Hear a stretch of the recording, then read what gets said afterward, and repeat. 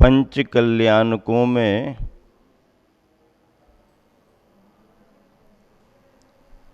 पांच प्रसंग आते हैं। पहले संदर्भ को गर्भ कल्याणक कहा गया। दूसरा संदर्भ जन्म कल्याणक का होता है। देखो, आप सब समझते हैं, अगर किसी का जन्म होना है तो उसे गर्भ में तो आना ही पड़ेगा। फिर इस बात का भी ध्यान रखना पड़ेगा कि अगर कोई जीव गर्भ में आ गया है तो वो जन्म ले ही ले, ये भी जरूरी नहीं है, अनिवार्यता नहीं है। क्योंकि आयु कर्म को लेकर के बात आती है कि जीव गर्भ में आ तो जाता है, लेकिन अगर बहुत ही अल्प आयु वाला है तो गर्भ में ही समाप्त हो जाता है। फिर दूसरी बात यह है कि आप सबने ऐसे बहुत सारे प्रसंग देखे हैं, आप सबके जीवन में वो घटनाएं घटी होंगी कि संतान गर्भ में आ गई है लेकिन आपको जन्म नहीं कराना, तो आप उसका एवार्सन करा देते हैं, गर्भ का पात करा देते हैं। थोड़े से स्वार्थ के लिए,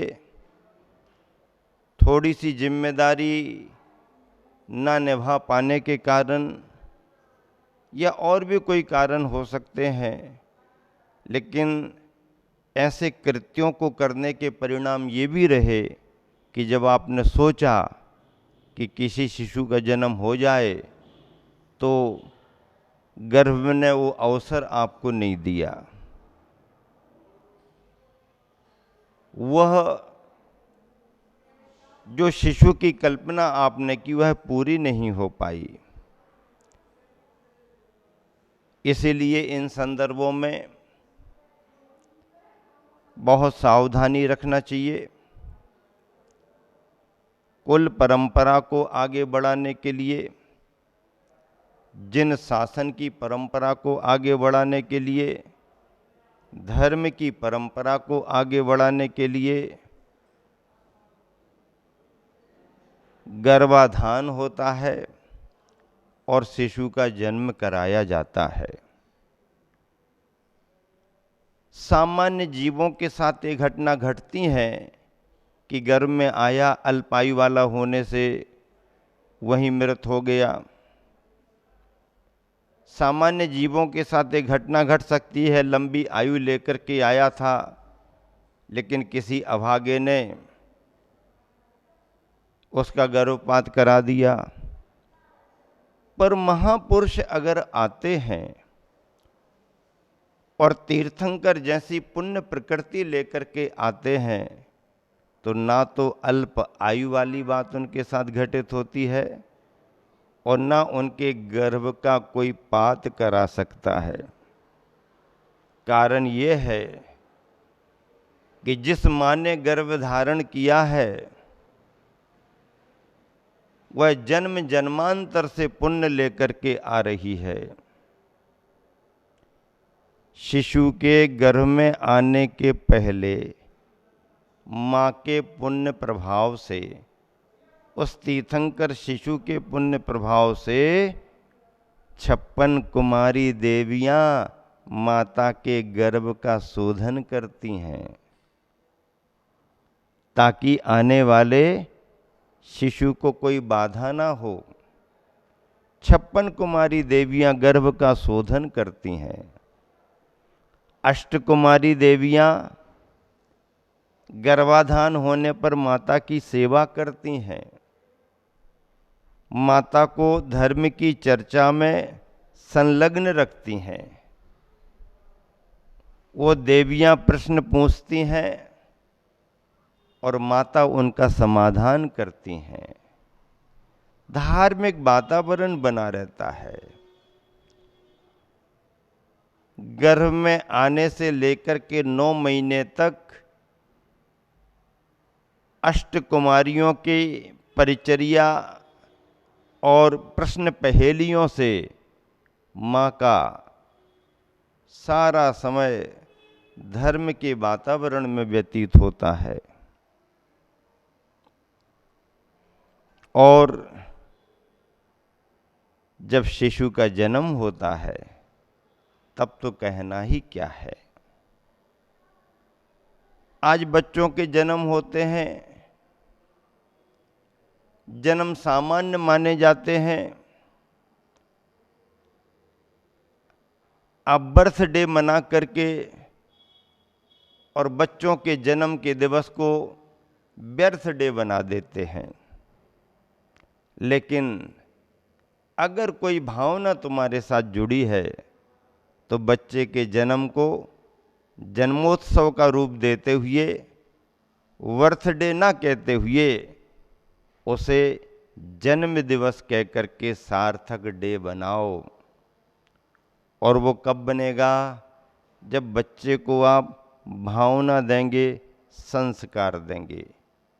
अकेले मोमबत्तियों को जलाना बुझाना और केक को बनाना और बिगाड़ना केवल इतना ही जन्म दिवस नहीं है।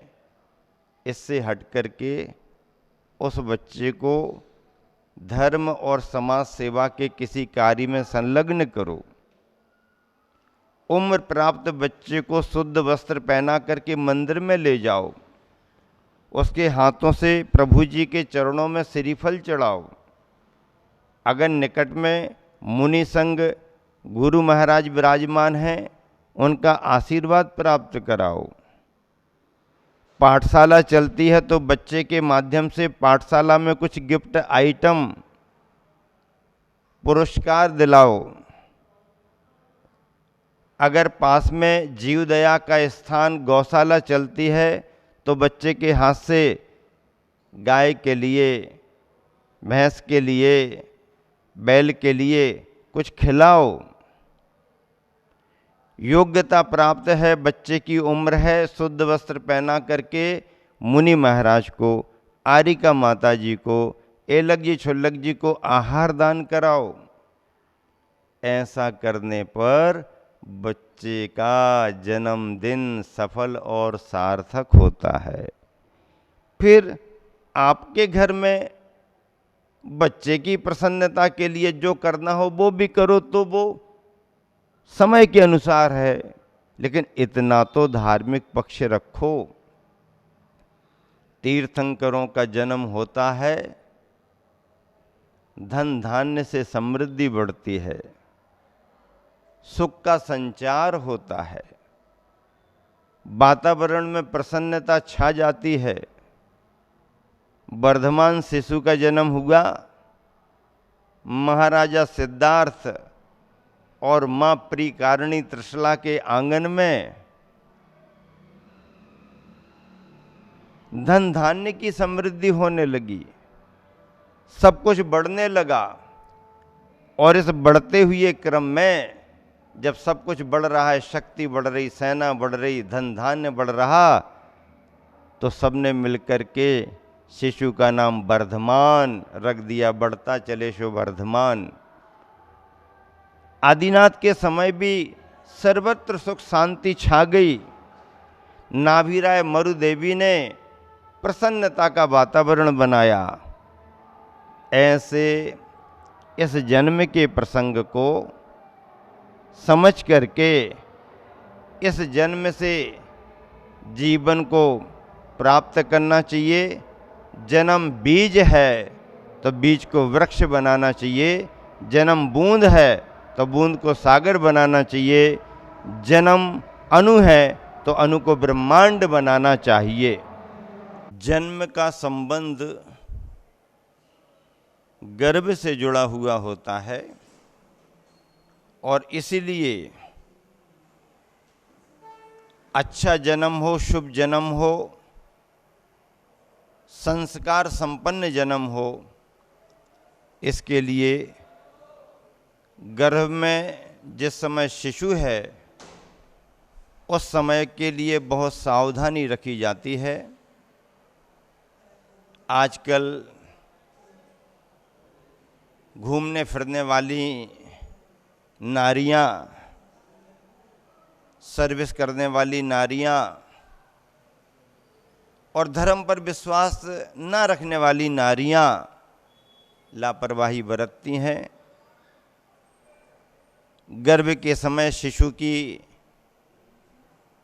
प्रवृत्तियों पर, उसके स्वास्थ्य पर, अपनी भावनाओं पर, अपनी क्रियाओं पर ध्यान न रखने के कारण जन्म लेने वाले शिशुओं को अस्वस्थ पाती हैं।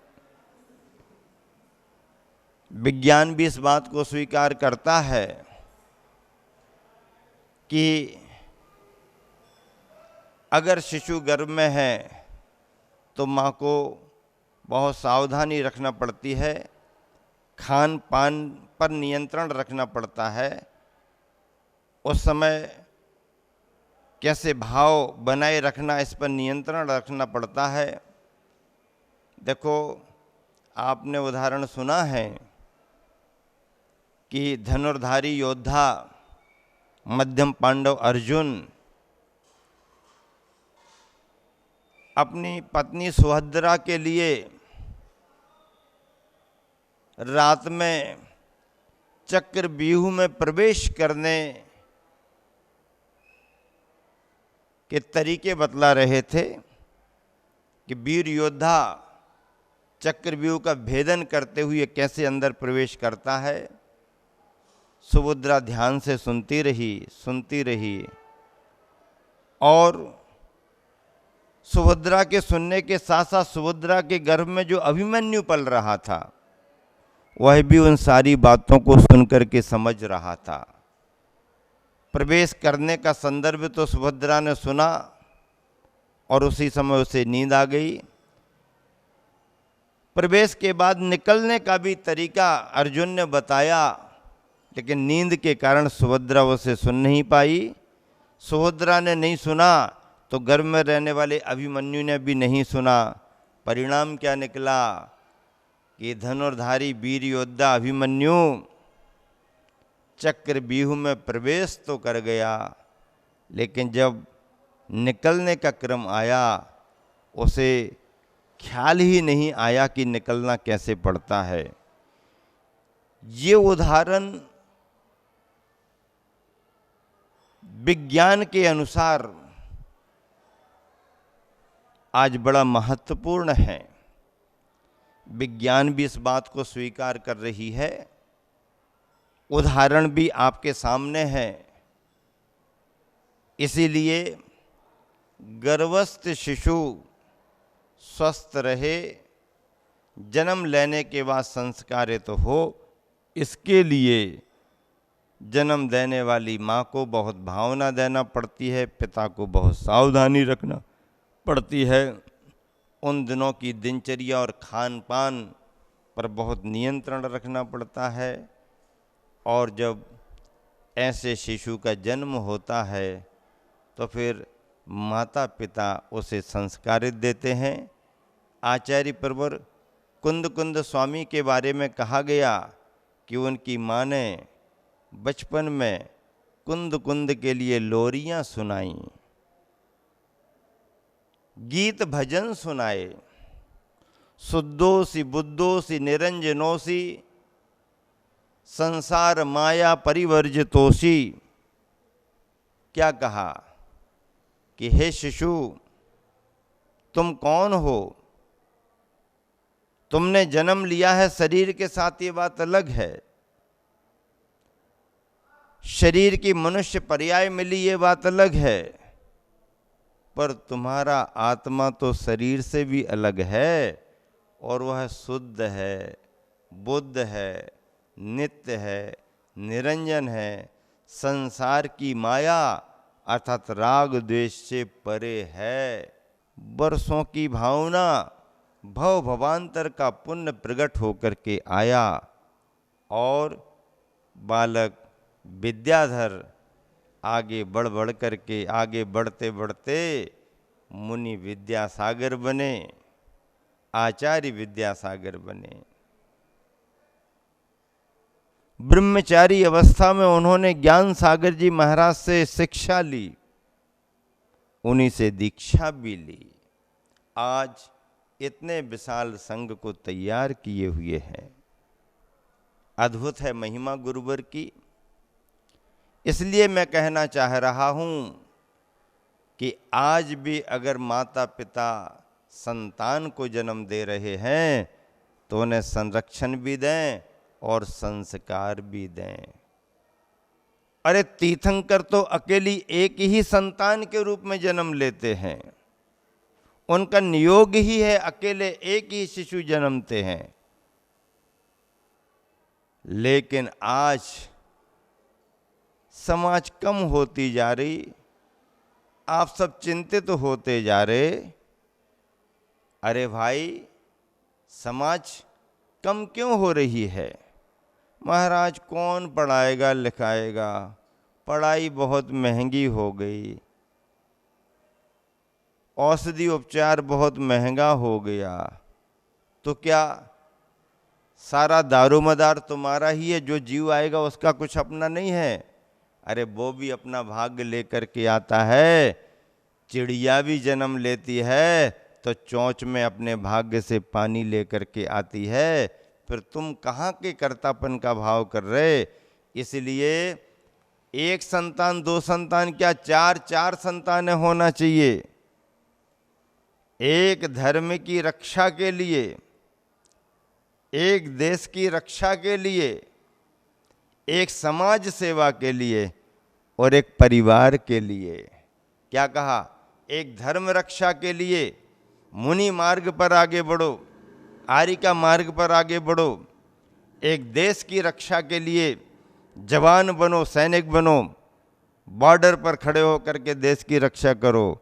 एक समाज सेवा के लिए कुरीतियों का निवारण करो, संस्कारों का शंखनाद करो। और एक माता पिता की सेवा के लिए चार चार संतानें होनी चाहिए। तब कहीं आपको समझ में आएगा कि कुल परंपराएं, धर्म परंपराएं कैसे आगे बढ़ती हैं। इसी शुभ भावना के साथ आप सभी को एक